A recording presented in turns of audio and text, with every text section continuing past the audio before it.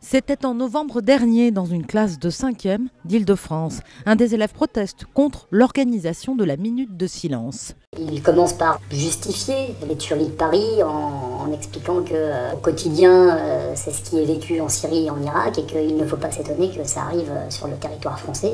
Il associe à ça un soupçon de théorie du complot et puis il rebondit là-dessus pour conclure que les préceptes de sa religion sont au-dessus de toute loi et pour un enfant de 5e, c'est quand même assez étonnant.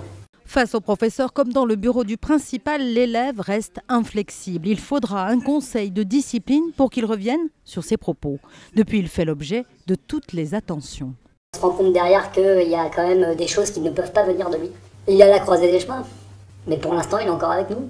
Depuis septembre, 617 cas de possible radicalisation ont été signalés par les établissements scolaires, certains relayés en préfecture. Un changement de culture s'est imposé. Il y a eu une prise de conscience dans l'éducation nationale pour essayer d'identifier des dérives et surtout de les prévenir en amont. Mais attention aux excès de signalement, prévient cette enseignante, il faut garder la confiance des élèves. Ça m'inquiète bien davantage quand un adolescent se tait que quand un adolescent dit tout à coup quelque chose qui n'est pas dans le cadre. Et après, qu'est-ce qu'on veut? Si on veut libérer la parole, laisser venir la parole, alors il faut accepter que, dans un premier temps, il y ait des paroles provocatrices.